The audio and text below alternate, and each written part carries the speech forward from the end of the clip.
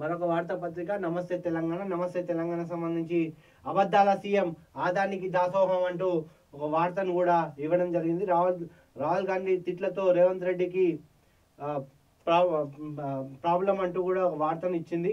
అందుకే మాపై అడ్డగోలుగా అబద్ధాలు మాటలు కేంద్రం నిర్వహణకు చూపించి మాపై చిందులా అంటూ ఇది కూడా ఒక కేటీఆర్ నిన్న మాట్లాడుతూ కూడా అటు రేవంత్ రెడ్డి అటు ఆదానికి సంబంధించిన బంధాన్ని ఏదైతుందో దాన్ని వివరించే ప్రయత్నం కూడా చేయడం జరిగింది. సో ఇథనాయిల్ మంటలు అంటూ కూడా నిన్న ఇథనాయిల్ మంటలు నిన్న ఆల్రెడీ జనాలు కూడా రోడ్ పైకి వచ్చినారు. ఇది కూడా ఒక మంచి వార్త. నిన్న చాలా ట్రెండ్ అయింది. కానీ తెలంగాణలో అదేందో కానీ లాస్ట్ గత 2 నెలల నుంచి ప్రతి గ్రామంలో ఏదో ఒక విషయంలో ధర్నా చేస్తున్నారు జనాలు. సో రోడ్ పైకి ఎక్కుతా ఉన్నారు. పరిశ్రమ వద్దు, NI-61 పై అర్ధరాత్రి దాకా ఆందోళన, ఆర్డీఓ వాహనాన్ని నిప్పు. నచ్చ చెప్పేందుకు వచ్చిన ఆర్డీఓను అగౌరవ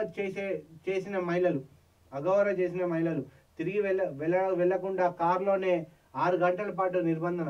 కలెక్టర్ వచ్చి లిఖితపూర్వకంగా హామీలు ఇవ్వాలని గ్రామస్తులు పట్టు.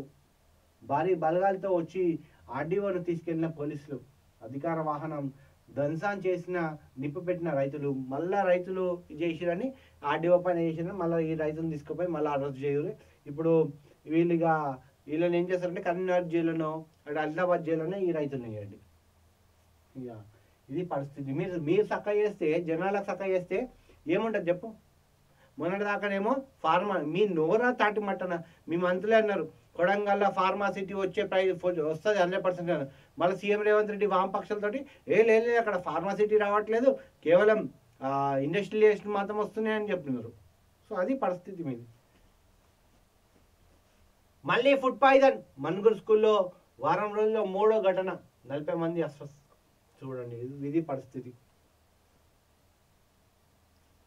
సో ఇది పరిస్థితి. మరో 2 రైతులు ఆత్మహత్య. దిగుబడి రాకపోవడంతో అప్పులు మీద పడటం మనస్తాపం. వరంగల్ మెదక్ జిల్లాలో అన్నదాతలు బలవన్మరణం. సో రైతన్నలు మీరు ఇప్పటికనే చెప్తున్నారన్న, మీరు లేకపోతే మా సొంతలకు పూట గడవదే. ఏది చెప్పుకున్నా ఒక్కొక్క మెత్తు పండించి అన్నదాతలకు మాత్రం హ్యాండ్స్ ఆఫ్. మీరు ఇట్లా ఆత్మహత్యలు చేసుకోవడం తగదన్న. ఖచ్చితంగా మీరు ఆత్మహత్య చేసుకుని దేశాన్ని ఒకసారి గుర్తు చేసుకునే ప్రయత్నం చేయండి. అటు దేశానికి సైనికుడు ఎంత ఇంపార్టెంటో దేశానికి అన్నదాత కూడా అంతే ఇంపార్టెంట్. ఒక్కసారి మీరు ఆలోచించుకోవాలన్నా.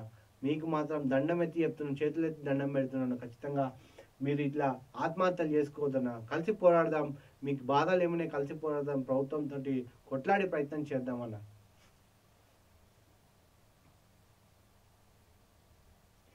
పునర్వాసాల తర్వాతే ప్రక్షాళన చేయండి. మూసీ కూల్చివేతపై హైకోర్టు మార్గదర్శకాలు. అయిందా? ఫస్ట్ వాళ్ళకు మీరు చూపించిన తర్వాతనే వాళ్ళకు పునర్వాసాలలోకి చూపించిన తర్వాత మీరు ప్రక్షాళన చేయండి. దాని తర్వాత అది ముట్టుకోవద్దు, అప్పటిదాకా ముట్టుకోవద్దు అంటూ కూడా చెప్పింది. సో ఇది స్థానిక సంస్థలో బీసీ రిజర్వేషన్ నిర్ధారణపై గందరగోళం. సో అది పరిస్థితి. కర్ణాటకలో మరో అవినీతి. 40,000 కోట్ల భారీ స్కామ్.